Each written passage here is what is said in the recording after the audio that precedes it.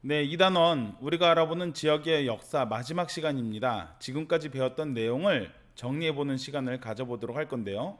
네, 방금 전에 이야기했던 것처럼 이번 단원에서 공부한 내용을 정리해보도록 하겠습니다.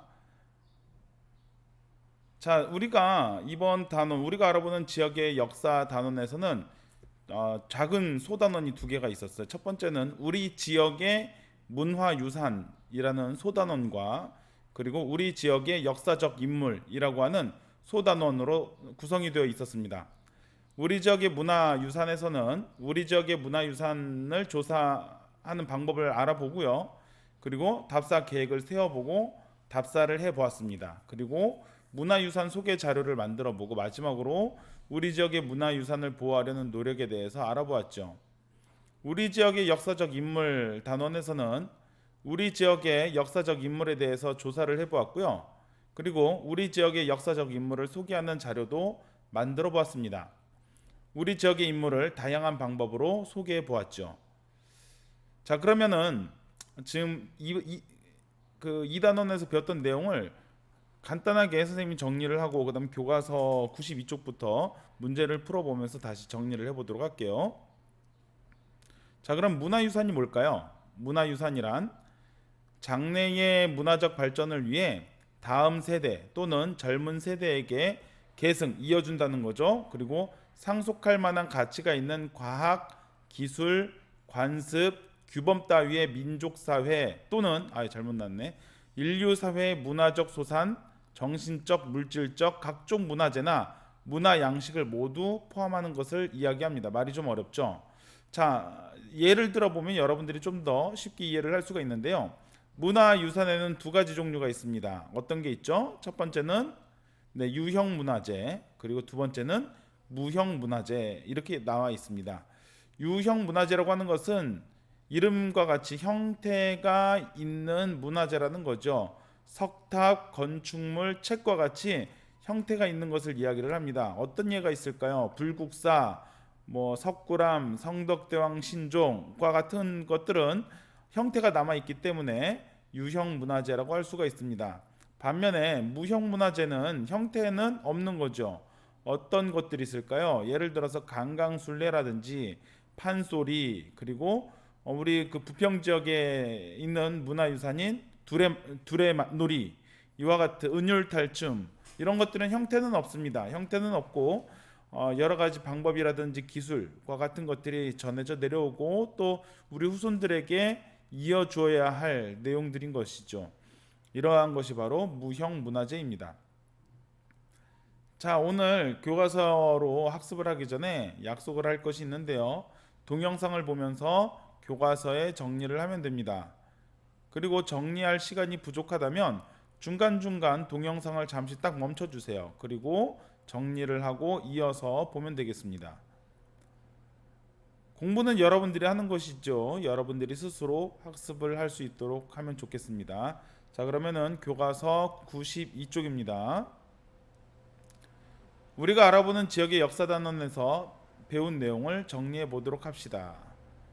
문화유산에는 석탑, 건축물, 책처럼 형태가 있는 유형 문화재와 예술활동이나 기술처럼 형태가 없는 무형 문화재가 있습니다. 방금 전에 선생님이 설명을 한 내용이죠. 네모 안에는 어떤 내용이 들어갈까요? 궁금한 점을 알려고 적절한 사람을 만나 이야기하는 조사 방법. 이것을 우리는 두 글자로 무엇이라고 할까요? 적절한 사람을 만나서 이야기하는 조사 방법. 누군가를 만나서 물어보고 그것에 대한 답을 듣는 것이죠. 이것을 우리는 면담이라고 합니다. 자, 그 다음 우리 지역의 문화유산이 있는 곳에 직접 가서 조사하는 방법. 이것을 뭐라고 할까요? 두 글자로 하면 답사라고 합니다. 답사가 정말 좋죠. 우리가 사진이나 동영상으로 보는 것보다 실제로 문화유산이 있는 곳에 직접 가서 조사하는 것이 가장 좋습니다. 문화유산 안내도를 보면 우리 지역의 문화유산을 한눈에 파악할 수가 있습니다. 우리 지역의 대표적인 역사적 인물은 누가 있을까요? 누가 있을까요? 선생님은 박두성을 썼는데 박두성 외에도 유희광, 이규보, 장면, 심혁성, 이경성, 고유섭 등등이 우리 지역의 대표적인 역사적 인물이죠. 한 뭐 50년, 60년, 70년 지났을 때 이러한 인물들 중에 김병석도 있었으면 좋겠는데 잘 모르겠습니다. 여러분들은 있었으면 좋겠어요. 우리 지역의 역사적 인물이 한 중요한 일, 박두성이 한 중요한 일은 뭐죠? 네, 점자를 만든 일이죠. 점자를 만든 일. 그 외에도 아까 이야기했던 유희광, 이규보, 심혁성, 이경성은 각각의 중요한 일들을 지난번에 선생님이 알려주었기 때문에 그러한 내용을 여러분들이 정리를 하면 되겠습니다. 공부를 하면서 새롭게 알게 된 사실이나 더 배우고 싶은 내용을 한번 써보세요. 여러분들이 이 단원을 공부하면서 어떤 내용을 새롭게 알게 되었고, 그리고 어떠한 사실을 더 배우고 싶은지를 써보는 것도 의미가 있습니다. 선생님은 여러분들을 공부시키기 위해서 이 내용을 공부하면서 이런 것들에 대해서 알게 됐어요. 우리 지역에 어떤 문화유산이 있는지 알게 되었고, 우리 지역의 역사적 인물과 그 인물이 한 일에 대해서도 알 수 있었어요. 선생님이라고 해서 인천의 역사적 인물을 모두 다 아는 것은 아니었습니다. 그러나 이번 2단원을 준비하면서 새롭게 알게 된 사실들이 많이 있었어요. 자, 93쪽을 한번 보도록 하죠. 93쪽 사구력 숙숙입니다.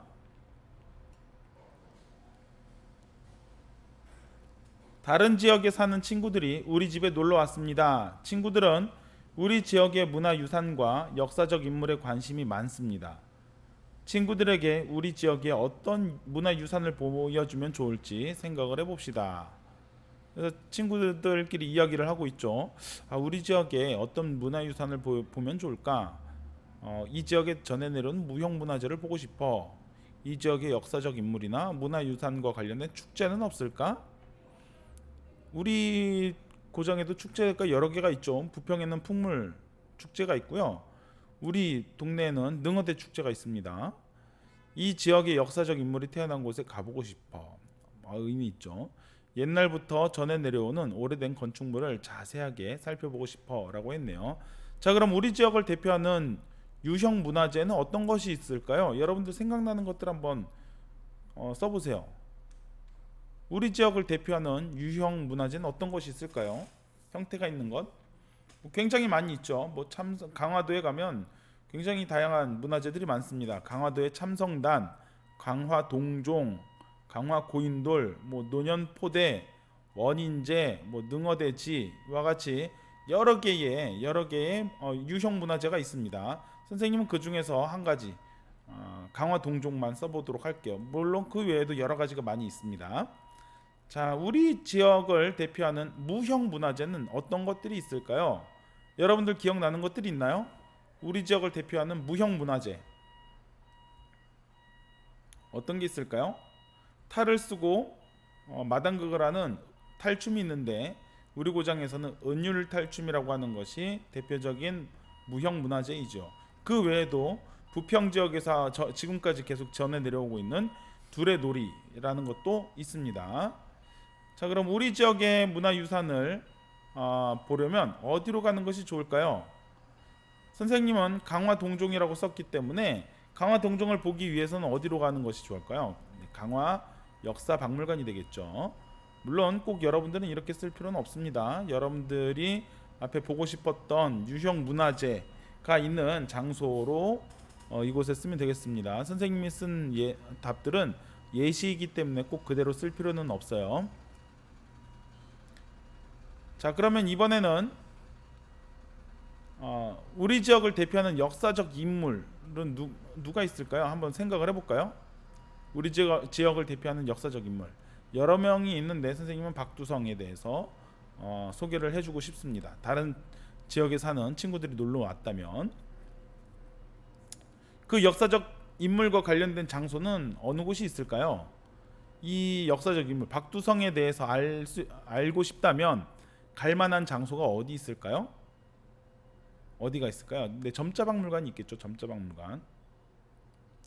자, 그러면 소개하고 싶은 것을 정해서 교과서 93쪽에 한번 여러분들이 써보세요. 다른 지역에 사는 친구들이 여러분 집에 놀러 왔을 때 이 친구들은 그 문화유산에 대해서 굉장히 관심이 많은 친구예요. 역사적 인물이나 문화유산에 대해서 관심이 많으니까 소개를 해주려고 하는 거죠.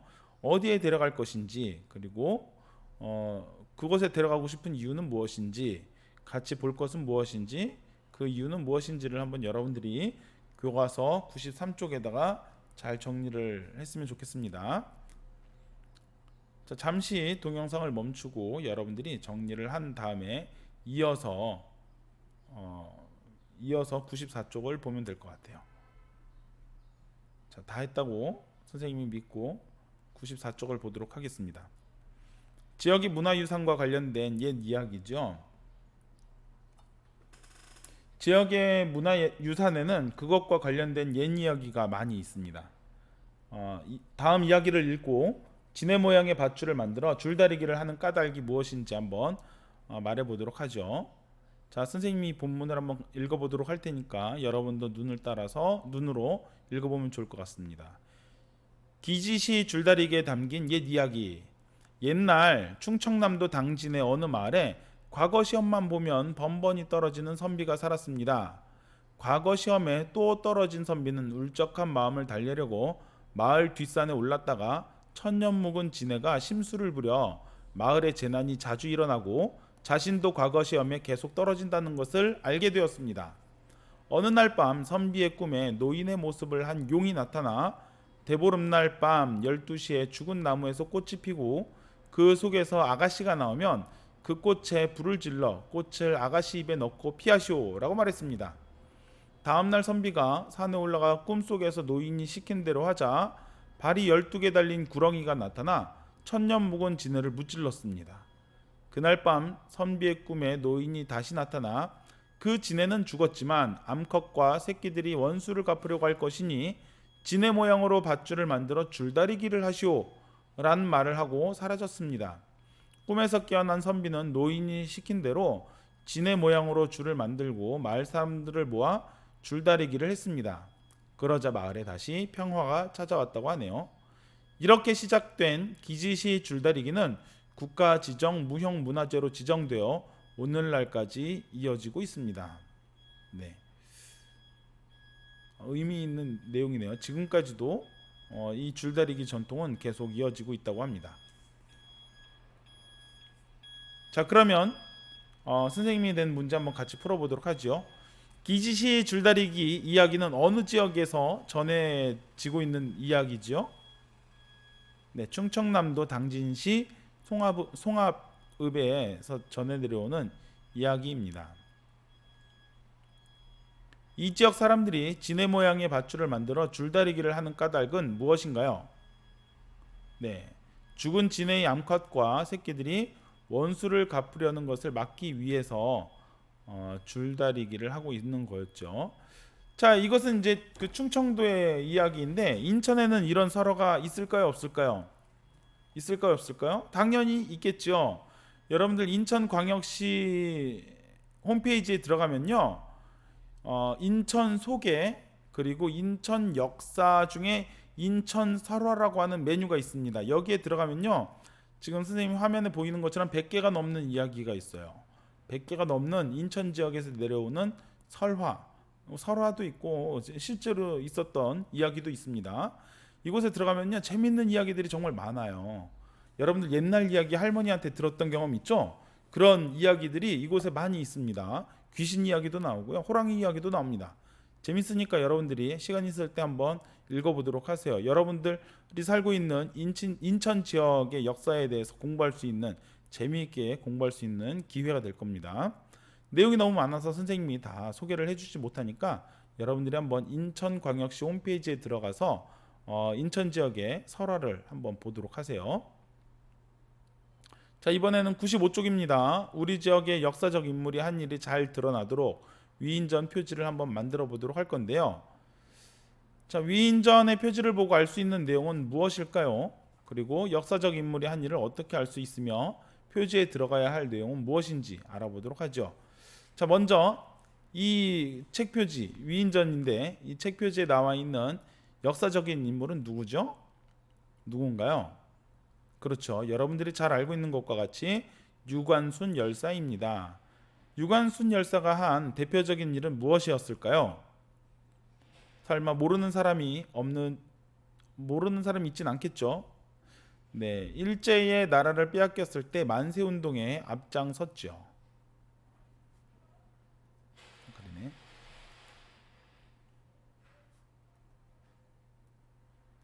자, 위인전 표지를 만들 때 어떤 점을 강조를 해야 할까요? 어떤 점을 강조해야 될까요? 지금 예시로 나와 있는 위인전 표지를 한번 봅시다. 뭐를 강조를 하는 것이 좋을까요? 네, 위인이 한 일을 제목으로 강조하는 것이 좋죠. 유관순 당연히 이름 그 위인전이기 때문에 이름이 가장 크게 나와야 되고, 그 다음에 간단한 게 그 위인이 한 역사적 인물의 한 일을 강조를 해야 됩니다. 3.1운동의 이렇게 했네요. 그리고 위인이 한 일을 그림으로 표현을 하는 것이 좋겠죠. 자, 이와 같이 우리 지역의 역사적 인물이 한 일이 잘 드러나도록 위인전 표지를 한번 여러분들이 만들어 보도록 합시다. 95쪽에 여러분들이 위인전 표지를 한번 잘 만들어 보고요. 그리고 그것을 사진으로 찍어서 그 자유 게시판에 올려주면 좋을 것 같아요. 자, 그러면은 지금까지 했던 2단원을 여러분들이 얼마나 잘 알고 있는지 정리 퀴즈를 한번 해보도록 하겠습니다. 몇 문제를 맞추었는지 스스로 한번 점검을 해보도록 하세요. 각 문제를 풀고 정답이 나오는데 정답 후에는 각각의 문제에 해당하는 점수가 나옵니다. 그 점수를 한번 여러분들이 다 더해보세요. 총점이 몇 점인지. 문제의 수는 총 15문제입니다. 자, 그럼 바로 시작하도록 하겠습니다. 첫 번째 문제입니다. 궁금한 점을 알려고 적합한 사람을 만나 이야기를 나누는 조사 방법을 무엇이라고 할까요?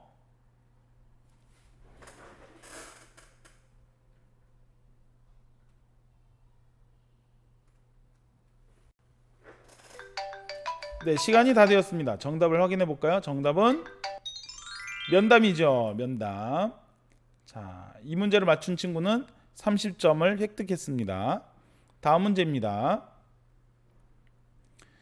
역사적 인물을 소개하는 방법 중 등장인물, 장면 설정, 대화 내용이 들어가야 하는 방법은 무엇일까요?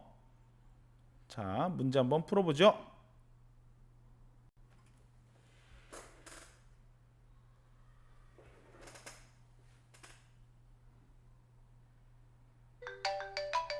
네, 시간이 다 되었습니다. 정답은 역할극 만들기입니다.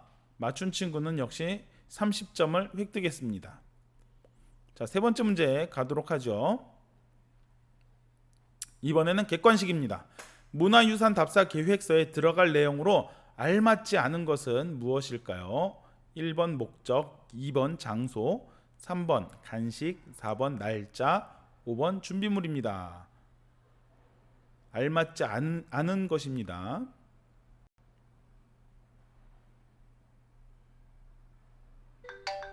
자, 정답은 간식이었습니다. 네, 이 문제를 맞춘 친구는 10점을 획득했습니다. 자, 이번 문제는 OX 퀴즈입니다. OX 퀴즈.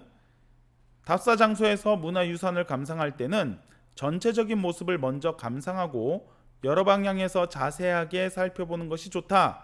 맞으면 O, 틀리면 X. 자, 문제 한번 풀어주세요.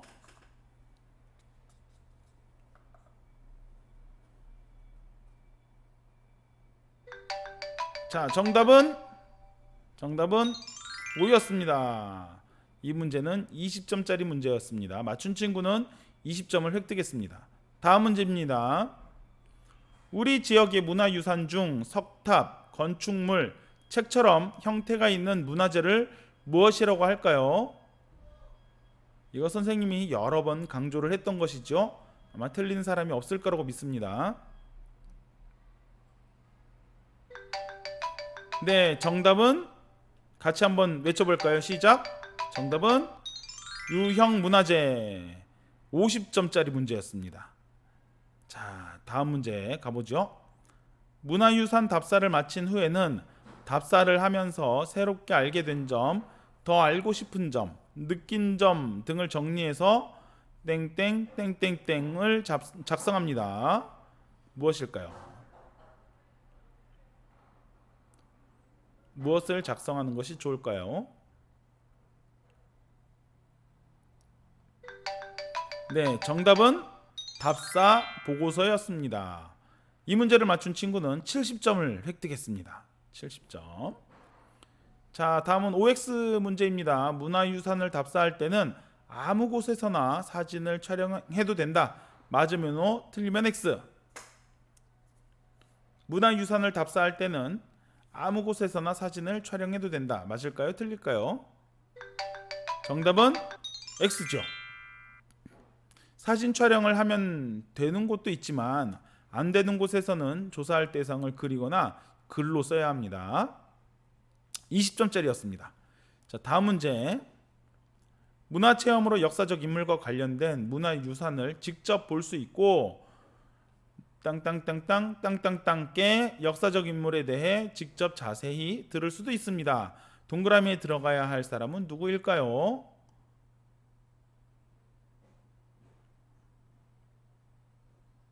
설명을 해주시는 분이죠. 네, 정답은 문화관광 해설사였습니다. 이 문제를 맞춘 친구는 100점입니다. 100점. 많이 맞췄죠? 네, 다음 문제 갑시다.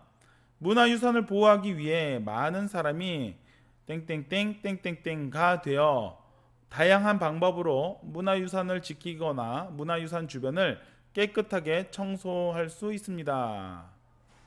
자, 여기에 들어가야 할 말은 무엇일까요?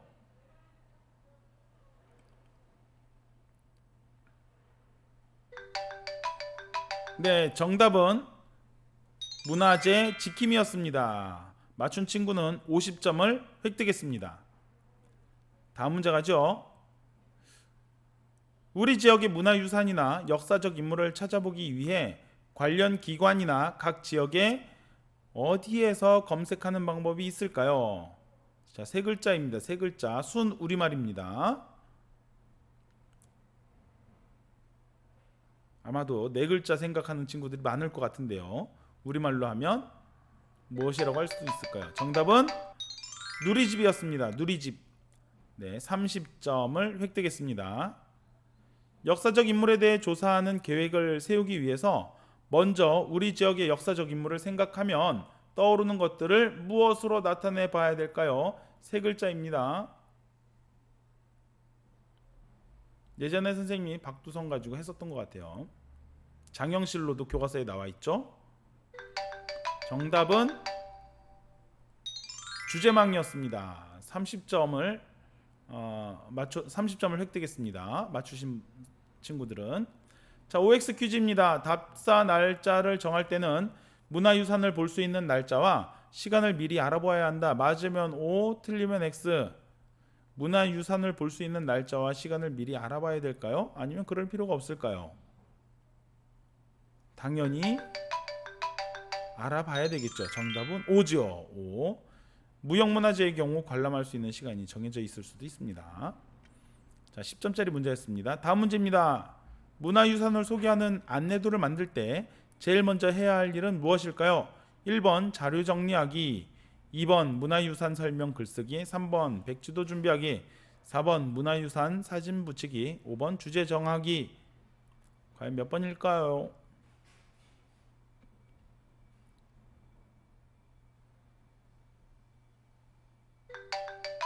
네, 정답은 5번 주제를 정해야 되겠죠. 가장 먼저 할 일은 주제 정하기였습니다. 20점짜리였습니다. 다음 문제입니다. 우리 지역의 역사적 인물을 조사하기 위해 땡땡땡 검색을 통해 신문기사나 백과사전, 관련 동영상 등을 알아볼 수 있습니다. 자, 여기에 들어가야 할 말은 무엇일까요?